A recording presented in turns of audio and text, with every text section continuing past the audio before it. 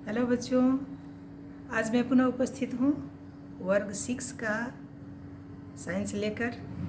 इसे पिछले एपिसोड में मैं पहला पार्ट भोजन कहाँ से आता है इसका एक एपिसोड कर चुकी हूँ।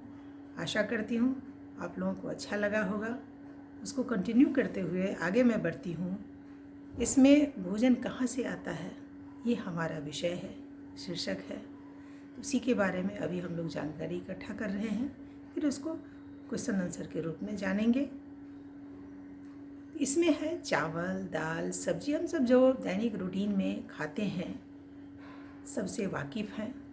इसमें अनेक प्रकार की वस्तुएं हैं जिसको हम एक लंबा लिस्ट बनाकर तैयार कर सकते हैं कि क्या क्या हम खाते हैं। और साथ साथ हम ये भी जानते हैं कि जैसे एक गेहूँ है, गेहूं से अनेक प्रकार की वस्तुएं बनाई जाती हैं, जैसे बिस्किट से लेकर ब्रेड से लेकर रोटी तक। हम घर में भी देखते हैं हमारी माँ या परिवार में जो भी सदस्य हैं वो एक गेहूं से क्या क्या बनाती हैं। तो इस तरह से एक अनाज से बहुत प्रकार के भिन्न भिन्न प्रकार के खाद्य वस्तु बनाए जाते हैं। तो ये एक लंबा लिस्ट है जो आप लोग तैयार कर लेंगे और उसमें उसके बाद कुछ हद तक हम लोग ये भी जानते हैं कि जैसे गेहूँ का रोटी बनाएंगे तो उसमें हमको क्या क्या लगेगा। जैसे उसमें आटा लगेगा जो गेहूँ से तैयार होगा और पानी लगेगा। इसी तरह से लिट्टी बनाएंगे तो क्या सब लगेगा, ये हम सभी कुछ हद तक जानते भी हैं। इसलिए इसको स्किप करते हैं। आप लोग रेडी कीजिएगा, तैयार कीजिएगा और इस पाठ में आगे बढ़ती हूँ। अब है कि साग सब्जी में, जैसे साग में हम क्या क्या खाते हैं, बथुआ खाते हैं, पालक खाते हैं, उसके बाद बहुत तरह का पटुआ खाते हैं, चना खाते हैं, सरसों खाते हैं, ये सब साग में आता है। इसी तरह से तेल में क्या, जिसको तिलहन कहते हैं, तिलहन में क्या सब खाते हैं, मूंगफली खाते हैं, सरसों खाते हैं, सोयाबीन खाते हैं। आजकल राइस मिल भी चला है, चावल के भूसा से भी तेल बनाया जाता है तो उसका भी सेवन करते हैं। इस तरह से दाल में भी मसूर खाते हैं, अरहर खाते हैं, मूंग खाते हैं, ये सब जानते हैं हम लोग जो कि घर में बनता है। चना खाते हैं। तो इस तरह से हम सब एक लिस्ट बना लेंगे खाद्य वस्तु के नाम पर और उसको एक बार दो बार वॉच करेंगे, देखेंगे।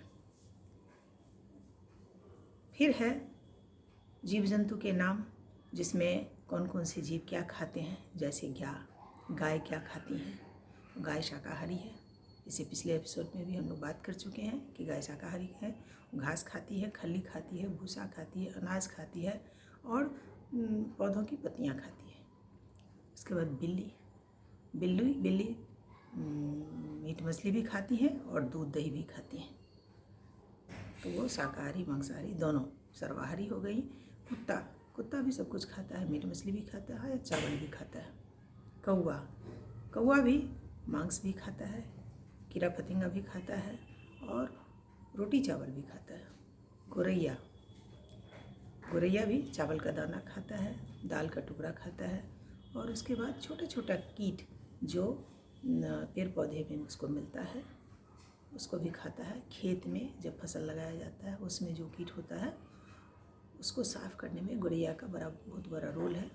किसान चाहता है कि गोरैया उसके आसपास रहे ताकि उसके खेत में जो कीट लगता है उसको समाप्त करेगा। उसके बाद शेर पूरी मांसाहारी है। इसके बारे में हम लोग पिछले एपिसोड में जान चुके हैं। छिपकली भी बताए थे, उदाहरण दिए थे कि छिपकली कीट खाता है। तिलचट्टा वो भी जंतु खाता है। मनुष्य सब कुछ खाता है, वो सर्वाहारी में आता है। चूहा दो प्रकार का होता है, पिछले एपिसोड में भी एक चूहा की बात किए थे। तो जो जंगलों में रहता है वो चूहा मांसाहारी है और जो घर में रहता है वो शाकाहारी है। बंदर शाकाहारी है, फल खाता है, अन्न खाता है, पत्ता खाता है, गोभी खाता है। आप लोग भी देखते होंगे कि फूल का भी डंठल तोड़कर उसको भी वो खाता है। तो इस तरह से हम यदि एक लिस्ट बनाएंगे कि शाकाहारी, मांसाहारी और सर्वाहारी तो कर लेंगे और 3 पार्ट करके सबको अलग अलग कर लेंगे तो हमको हमारे जानकारी में और इजाफा होगा और बढ़ोतरी होगा। जैसे गाय हमारा शाकाहारी में आता है, चूहा शाकाहारी में आता है, बंदर शाकाहारी में आता है, बिल्ली मांसाहारी है, बिल्ली सर्वाहारी में है, कुत्ता सर्वाहारी में है, कौवा तिलचट्टा ये सब सर्वाहारी में आता है। मनुष्य भी सर्वाहारी है, सब कुछ खाता है। गौरैया सर्वाहारी है। और मांसाहारी में शेर होता है और छिपकली है। छिपकली तो देखते हैं, शेर आप लोग नहीं देखते हैं, फिर भी जान लीजिए कि वो मांसाहारी है।